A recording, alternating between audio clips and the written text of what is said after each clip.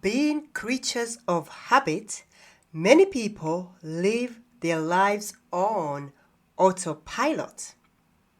But sometimes you need to turn off your internal route plotter and be fully in the moment. Hi everyone, welcome back to another episode of Empowerment Junction podcast. Before we dive in today's topic, I'd like to take a moment to recognize a significant event. It's Black History Month here in the UK. Last week, I shared an audio of Martin Luther King Jr.'s powerful speech, a drumbeat for justice.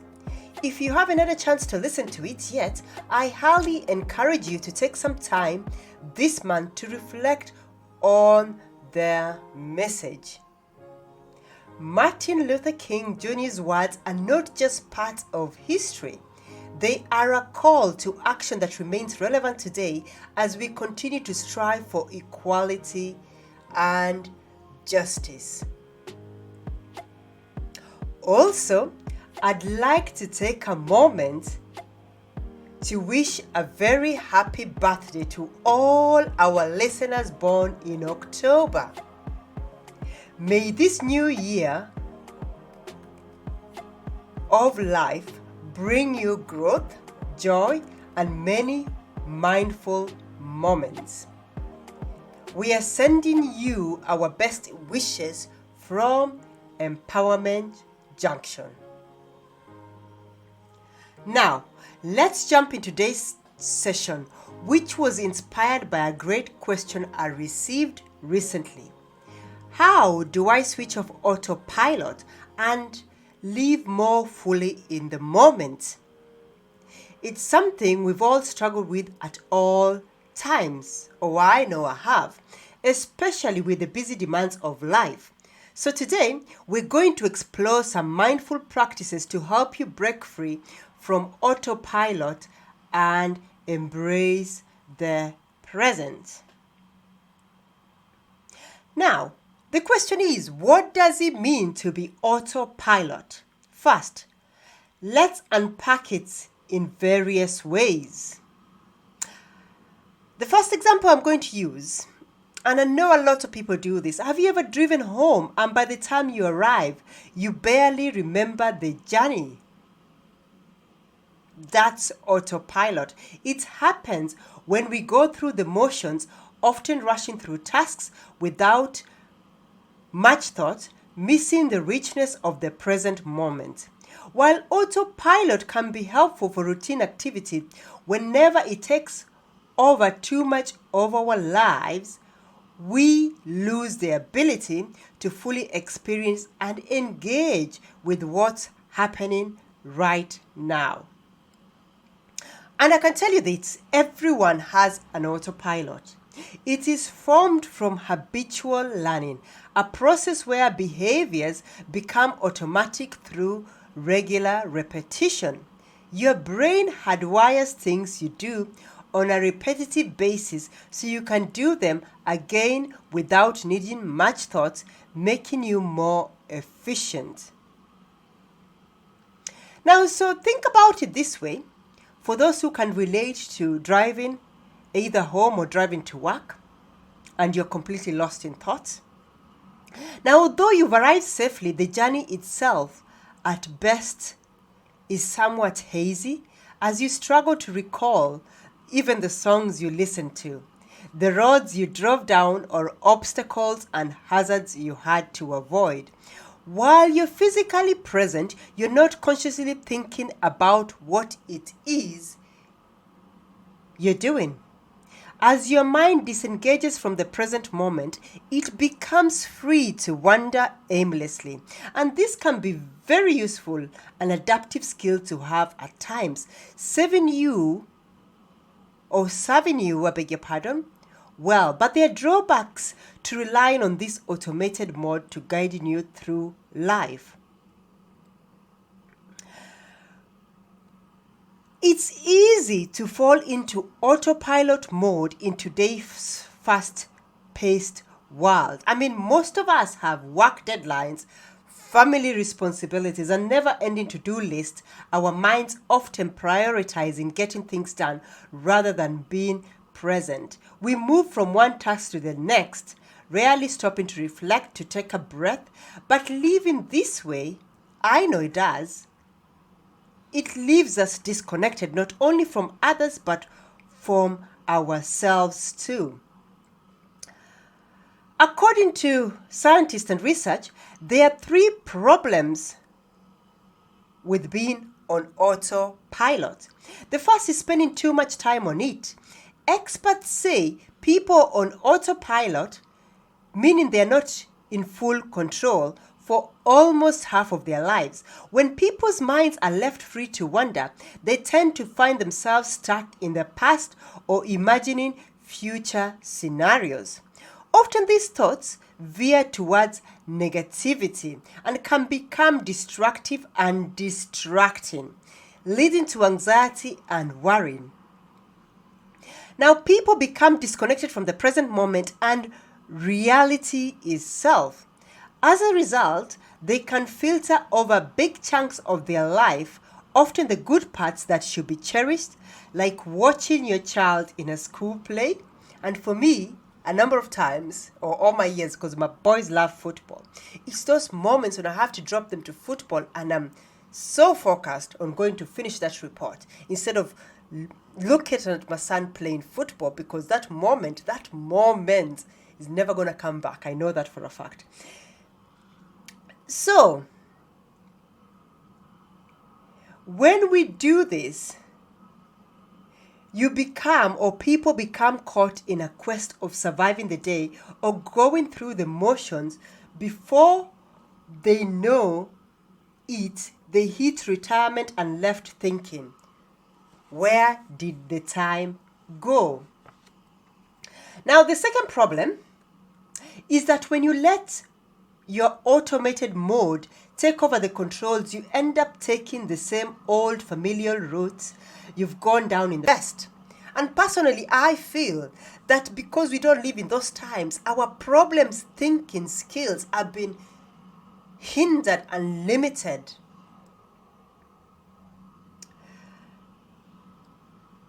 Say you're driving along the road. Out of nowhere, a car cuts in front of you. You impulsively react, cursing under your breath. And I can tell you this morning, this happened to me as I was coming from the gym. This car came in and we stood there head on. And I said, "Wait, you're on the wrong." And he was like, "No, I'm on the wrong." That's another story for another day.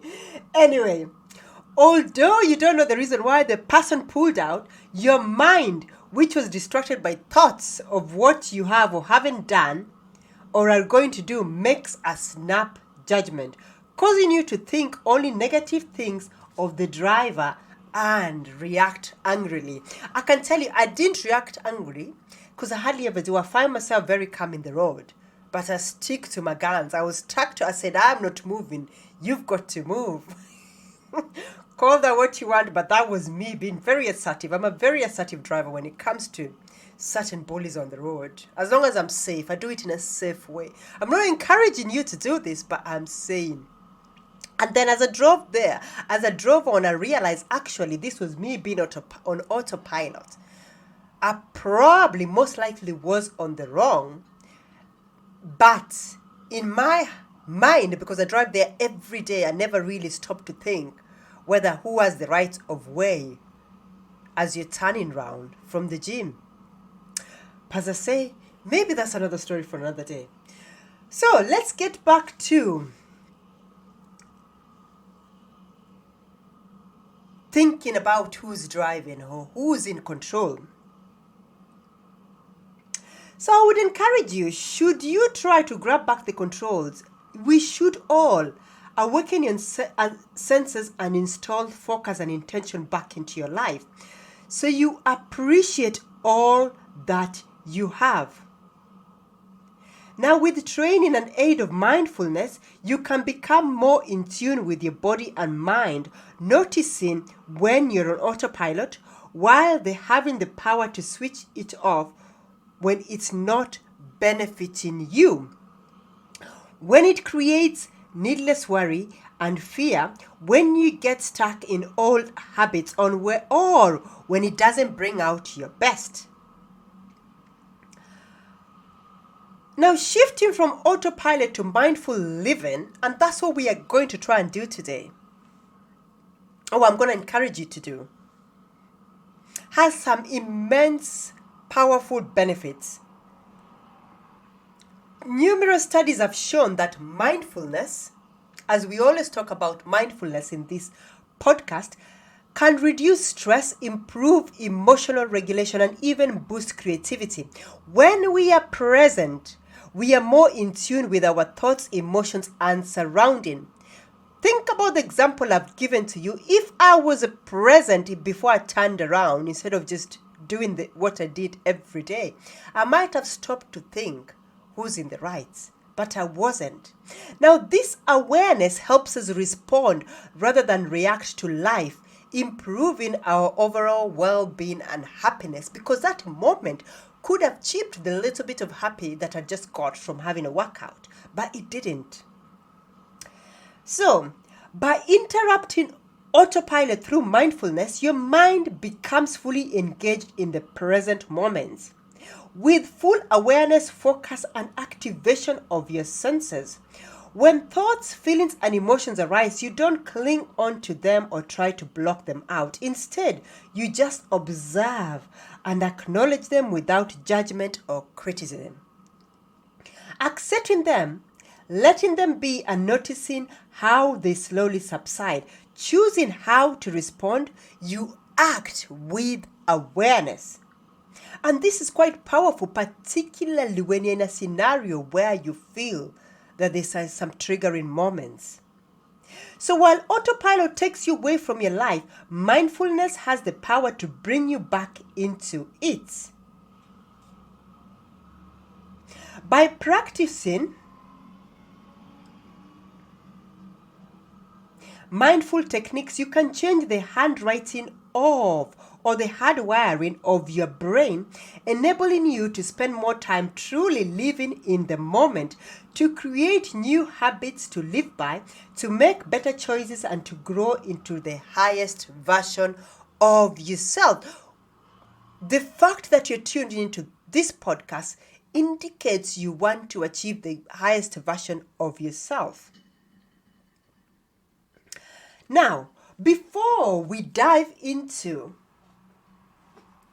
some practical tips on switching off autopilot, I'd like to share some profound wisdom from Eckhart Tolle. From his book, The Power of Now. And this is from chapter 1. This excerpt is from the chapter, The Greatest Obstacle to Enlightenment. If you're reading it, just go to chapter 1. It speaks directly to how our thoughts and ego often keep us from living in the present moment. So here goes. The greatest obstacle to enlightenment. Enlightenment, what is that? A beggar had been sitting by the side of a road for over 30 years. One day a stranger walked by. "Spare me some change," mumbled the beggar, mechanically holding out his old baseball cap. "I have nothing to give you," said the stranger. Then he asked, "What's that you're sitting on?" "Nothing," replied the beggar. "Just an old box. I have been sitting on it for as long as I can remember." "Ever looked inside?" asked the stranger. "No," said the beggar. "What's the point? There is nothing in there." "Have a look inside," insisted the stranger. The beggar managed to pry open the lid. With astonishment, disbelief, and elation, he saw that the box was filled with gold. "I am that stranger who has nothing to give you and who is telling you to look inside." Not inside any box as in the parable, but somewhere even closer inside yourself.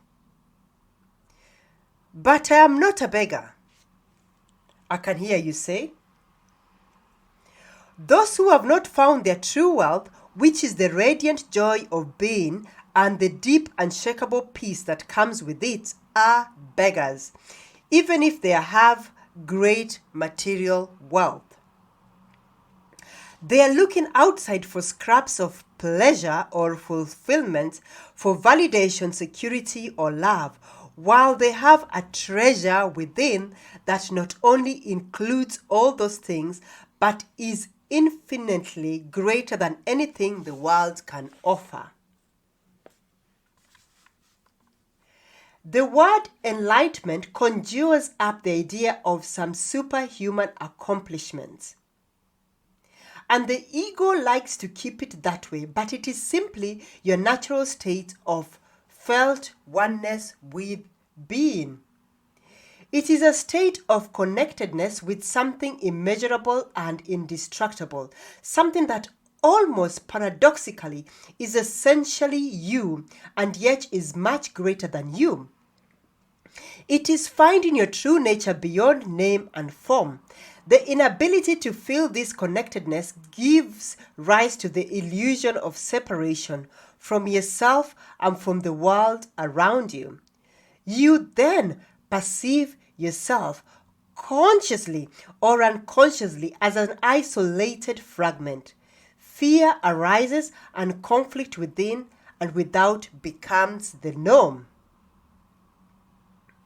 I love the Buddha's simple definition of enlightenment as the end of suffering. There is nothing superhuman in that, is there? Of course, as a definition, it is incomplete. It only tells you what enlightenment is not. No suffering. But what's left when there is no more suffering? The Buddha is silent on that, and his silence implies that you'll have to find out for yourself. He uses a negative definition so that the mind cannot make it into something to believe in or into a superhuman accomplishment, a goal that is impossible for you to attain. Despite this precaution, the majority of Buddhists still believe that enlightenment is for the Buddha, not for them. At least not in this lifetime. Being is the eternal, ever-present one life, beyond the myriad forms of life that are subject to birth and death. However, being is not only beyond, but also deep within every form as its innermost invisible and indestructible essence. This means that it is accessible to you now as your own deepest self, your true nature. But don't seek to grasp it with your mind. Don't try to understand it. You can know it only when the mind is still, when you are present, when your attention is fully and intensely in the now. Being can be felt, but it can never be understood mentally. To regain awareness of being and to abide in the state of feeling realization is enlightenment. Now,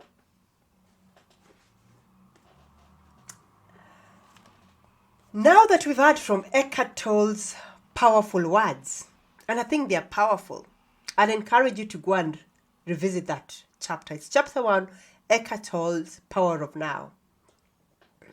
Let's explore some practical steps to help you switch off autopilot.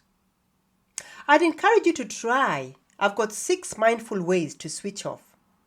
Practice them anytime, any place, and record your thoughts. The first step, take a mindful walk. Instead of driving, why not go for a mindful walk? People tend to lose touch with their bodies on autopilot. And obviously this is if you can. Or take the bus, do something different rather than the driving. Being mindful movement offers reconnection. As you walk, become aware of every small movement you make. Or if you're taking the bus, become aware of the people in the bus, your surrounding, the things you miss every day whilst you're nicely tucked in that warm car of yours. And if you're driving, just become aware Or if you're walking, I would say, become aware of the air, the breathing, the surrounding, your heel lifting, your knee bending, your toes curling, your foot moving forwards and resting back on the ground. Once you have settled into a rhythm, when you're walking, start to bring your awareness into your body. And then note, how does it feel? Which parts are you holding tension? And what is your breathing like? Just observe without trying to change anything. Then shift your focus to your external environment. Activate all your senses as you take in the sight, smells, sounds, and touch of your surroundings. What do you notice? Now, I would also say another bit is to set auto triggers. With life on autopilot, it's easy to find yourself going through the motions day in, day out. To snap out of this mode, establish some auto triggers. Set up alarms on your phone or computer to go off at certain intervals throughout the day. Give them a description that says, time to be more mindful, something like that, or mindful moment. Every time that alarm goes off, take a moment for yourself, fully activate all of your senses, read the words and ask yourself, where are you? If you're in work, yes, you're in work. How are you feeling at that moment? And what is your breathing like? Again, very important. Pay attention to what you see, hear, taste, and feel.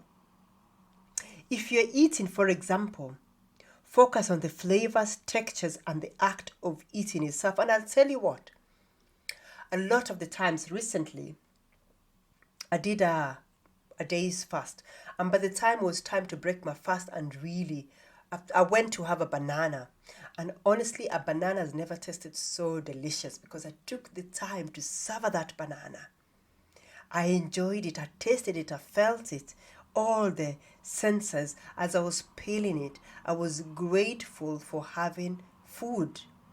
I was grateful for that moment. Now, I feel that this helps you pull your head out, pulls you out of your head and into the now. I would also encourage you to set daily intentions. Start each day with a mindful intention, whether it's to be more patient when you're driving or with a bus driver, whatever. Practice it. More present or more aware of your surrounding. As an example, if you take the bus and use one daily route, you'll encounter different people. You'll tend to see the same sort of people if you're using the bus at a specific time. Take a moment to say good morning to the person you see every day and just say, oh, hello, hope you're well today. And trust me, they'll be very surprised at the start. But it also helps them be present. So this simple practice can really shift your entire day's experience. And trust me, that person will look at you differently. They might even change. Who knows what they'll do, depending on where they are. But try it. I would also say it's important to remember that practicing mindfulness is just that. It's a practice. It's not about perfection. No, we're not here for perfection. There's nothing like perfection, let me be clear. I've even told you, for those who read the Bible, when God created everything, he said, he looked at it and he saw it was good. The word perfect is not even in the Bible, so I don't know why the word perfect is anywhere. And don't believe any of those Instagram reels or face or whatever you're looking out there and you're thinking, oh God, they have a perfect life, or that looks perfect. There's nothing like that. It doesn't exist. It's just, you need to look at yourself. It's about you. And it's about identifying this practice. Now, you may find yourself slipping back into autopilot, and that's okay. It happens. You're human, and this happens all the time. What matters is that you gently bring yourself back to the present. I've given you that example of myself with the car, and this is without judgment. Very important. not to judge yourself. Everybody makes, in fact, it's good to make mistakes. We've already spoken about failure. It's good to fail because failure is really a trajectory to the next step. It is your resilience. It's life telling you that, oh, perhaps you need to just pause. Maybe there's something else you need to do. Maybe there's another book you need to read. Maybe there's another step and growth you need to take. Now, each time you do that, you're enforcing a new way of being. Now, the next bit is to create mind gaps, I beg your pardon. In between one thought and another, there is a gap, otherwise known as a mind gap. This is your natural state of self where you're fully alert, aware, and present in the moment. Try to create a mind gap next time you go about one of your daily tasks. Give your full attention to what it is you're doing, using all your senses. If thoughts pop into your head, just observe and acknowledge them. Don't try to attach meaning or react. As they pass, bring awareness to their empty spaces and form and enjoy that silent sense of presence. At first, you may experience them only for a short period of time. This is because of your inherent need to fill in silences. In time, they will become longer. And I've practiced this. There's moments where I had to really bite my tongue to not speak when I know I'm practicing that silent moment. Now, do that thing you've been putting off. This is another tip. This is the fourth tip, by the way. Do that thing you've been putting off. On autopilot, people tend to go or to procrastinate and avoid doing things that they really don't want to do for as long as possible. How many times have you put off something but been left with that horrible feeling of dread as you know you have to get it done at some point? Now I'll pose a thought and a question. If you've been with me from the beginning of this podcast, when we set our vision board, look at your goals. We are now in October. Remember, we started this in December 23. Look at your goals. We're in October 24 and ask yourself, why have I not achieved this task or this goal? What is it that I'm doing? Why am I not where I wanted to be? This is that moment where you need to go back and say, what have I been putting off? Which things have I been putting off? Why have I not taken that course? Well, I know very well I wanted to build this skill set and there was a free course. Why have I not taken it? This is the moment to really act, because otherwise you'll find yourself in October 25 and you're still in the same position. You need to ask yourself why the traffic lights have turned green and you're still there on trying to change gears, getting ready to move, while other people have already taken 10 steps while you're still on step 1. You need to be honest.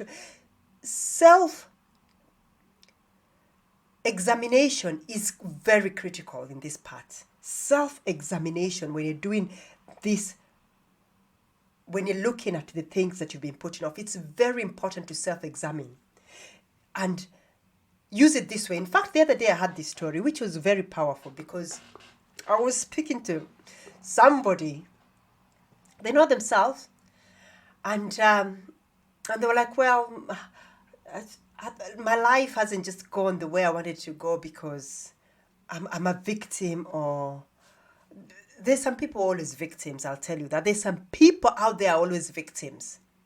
And I really hope this is a moment, and this is not for me to judge anybody. I don't know your situation. I am just using this as a way to help you.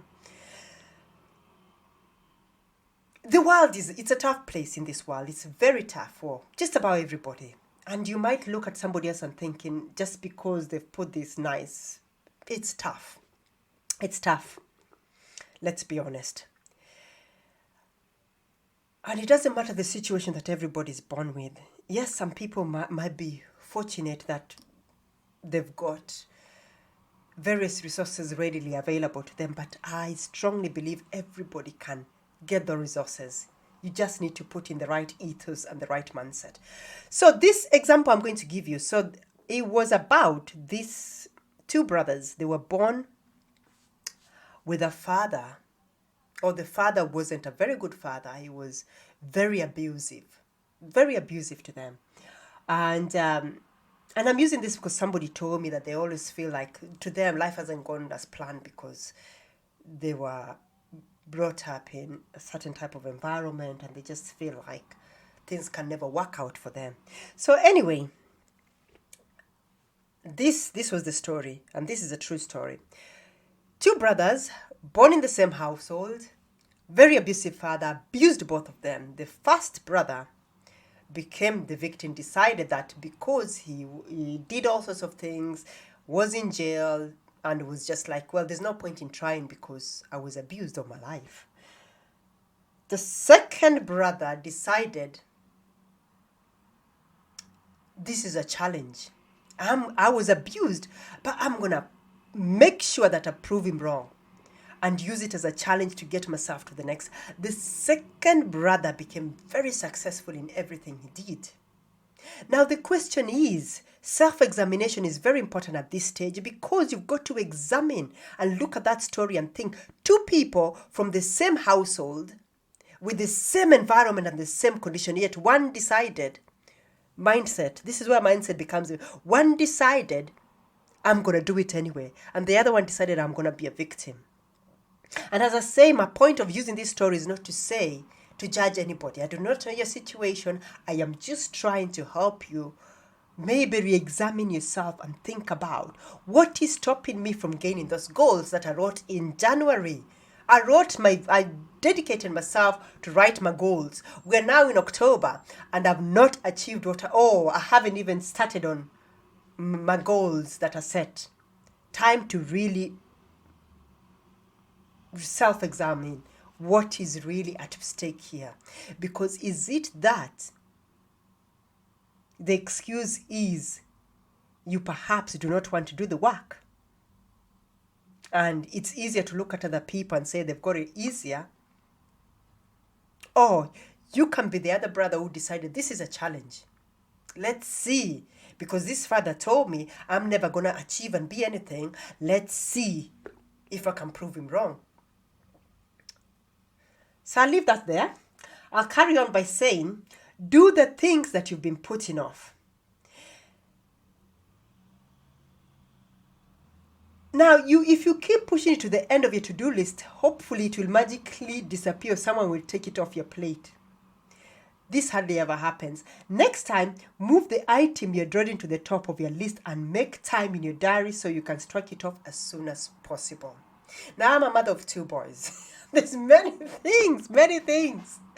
If I'd put them off, I don't know where I'd be. So, there's certain things I know I have to do. They're at the top of my list every day. I have to wake up. And do it. Now,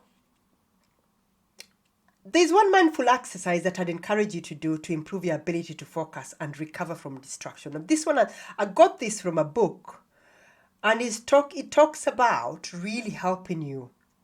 Now, for example, you can when you're sitting or standing in a desk, take a deep breath and close your eyes. Let your arms rest loosely by your sides and relax your shoulder. Breathe in slowly. Continue breathing slowly in and out and count to 10. Each time your mind wanders, notice where it goes before gently bringing your attention back to the breath. Try to practice this exercise for 5 minutes a day for a week. And then think about how does it feel to spend some time each day simply with your breath. Now, the fifth one, be aware of how you use digital communication. Now, this goes without saying. I've said this and I'll continue saying this. Today's technologies means you're constantly connected to those around you. When you have a break in the day, it's easy to start flicking mindlessly through social media, checking emails or communicating with us. And I tell you what, I recently rejoined Facebook, and oh my God, and TikTok. I'm doing this, and I'll tell you how I do this, because obviously I need it for my consultancy, for the business. It's been very good as a lead generation and other things, and just to use it as a platform to encourage other people. I found immediately TikTok was such a distraction for me. So what I did is I'll reinstall the app once a month. And once a month, I'll be ready to post the things I want to post. And then after the 2-3 days, 5 days max. So we're now coming to the third. By the 5th of October, if I haven't posted anything I don't want to post, or if there's still things to post, I will just delete the app and wait till next month. Because TikTok was so distracted to me. I was like, oh my God, oh, look at that. Oh, there were so many things to see. This is a new experience for me. Then I realized this is a distraction. No way. No way. So I had to delete it. I deleted TikTok and then I put a new goal for myself. I will reinstall it at the beginning of every month. So if you go and look at my posts, you'll actually see, if you're on TikTok, I don't know if you are, I do post once a month and I'll post the things up to the 5th of that month. I made myself a goal and then I'll delete it because it's a distraction in my phone. I don't have Facebook in my phone, so it's not much of a distraction. They're all on my desktop. And with the desktop, I'm not sat on my desktop every hour, every day. No. I've got things to do. I've got walks to do. I've got cooking to do. I've got baking to do. I've got my boys to chat to, if they'll allow me to chat to them. I've got other things to do. Or I've got people to chat to or people to meet. So I don't sit on my desk. So I know Facebook, Insta, there won't be a distraction to me because there's nothing there. I find it very minimum. Twitter is on my phone because I like it, because there's certain news and certain people I follow and they post things that I like to check up on. So in a way, I've already set goals for those digital communication and tools. I know they're important, but I have allocated time sets that I will do it. That's just a cue for you. So live in, because obviously when you live in this type of environment where we are constantly on social media or using digital communication, living this way means you're never truly on your own or fully present. But cutting out technology entirely is often impractical, as I've already given you the example. Instead, focus on becoming more aware of your motivations and emotions when you use it, like I've already told you. Now, when do you look at your phone or emails? Think about this very carefully, because some people do it as soon as you wake up, late at night, while with your friends. I mean, for me, there's various platforms and things I knew were distractions. Number one, things like WhatsApp, because it was my phone. I cut out all those social networks because I knew, or the connections or the groups that I used to be in, because I knew somebody else's time is not my time. And if they keep sending me things at maybe 10 o'clock, 10 o'clock is my time to wind down. 10 o'clock, in fact, I'm already sat in bed. I want to read a book. I want to maybe study the Bible. I want to find a verse that I want to reflect on and meditate on. And then I want to start unwinding and going to sleep. So I will not be responding to any WhatsApp. I'm just giving you an example. I'll stop giving my examples. Now, next week, how does it feel when you use it? Connected, isolated, happy, or anxious? And this is very critical, because you will find sometimes, particularly on WhatsApp, I used to find, that's why I had to really minimize it and take myself out of some groups. There will be somebody, and I'm not saying everybody's in a different situation. They will send you a message that will just make you feel a little bit anxious, or they will share some news that you'll be thinking, oh no, I don't want to see that when I'm about to go to bed. Oh no, I need to have a good night's sleep, please. Now, the next bit is, what effect does it have on different aspects of your life? Very important. Sleep, socially, time outdoors, hobbies, exercise, work. Think about it. Now, my last tip today is about scheduling spontaneity. Can you remember the last time you enjoyed a meal out with friends that didn't have to be marked on your calendar weeks or even months in advance? Or recall a day when you ignored your to-do list and acted on the spur of the moment, simply because the sun was shining brightly and spending a couple of hours in the park with a book seemed a better idea than being stuck indoors? Now, altering your routine even now and then can be empowering. Do it spontaneously, without great thought or planning, and a break from the norm. will add the excitement and richness of what was originally destined to be the same old day. Now, on your daily bus journey, do you always sit on the same seat downstairs on the left? Look at the same view out of the window? Next time, go upstairs, choose any free space and see the world from a different angle. What do you see? That could be a good way. Now, I'll tell you one thing I did. Because I go to a early morning class exercise. I was 6:30. And I like my sports. I like a certain sport. Now, every time I'd go to this same spot, set up my gear, set up my weights and everything. And I realized that I was feeling a little bit. One time I realized I keep doing this and I need a change. So I went to the back for once. It was a different experience, I can tell you. In the same class, I found it was a different experience. So I'm just giving you different examples. That might not be relevant to you, but find you something that's relevant to you. Another example, maybe if you're having lunch, does it usually involve a quick sandwich on the go or at your desk? A lot of people do this. If the weather allows, eat outside. Don't plan a route. Just walk 10 minutes in one direction. What do you end up? And I think it's quite important, particularly at work, to take appropriate breaks. Really, really take a good break. In fact, most workplaces should have at least 30 minutes break. Take that break. Go out for that walk. Sit out. Do something different.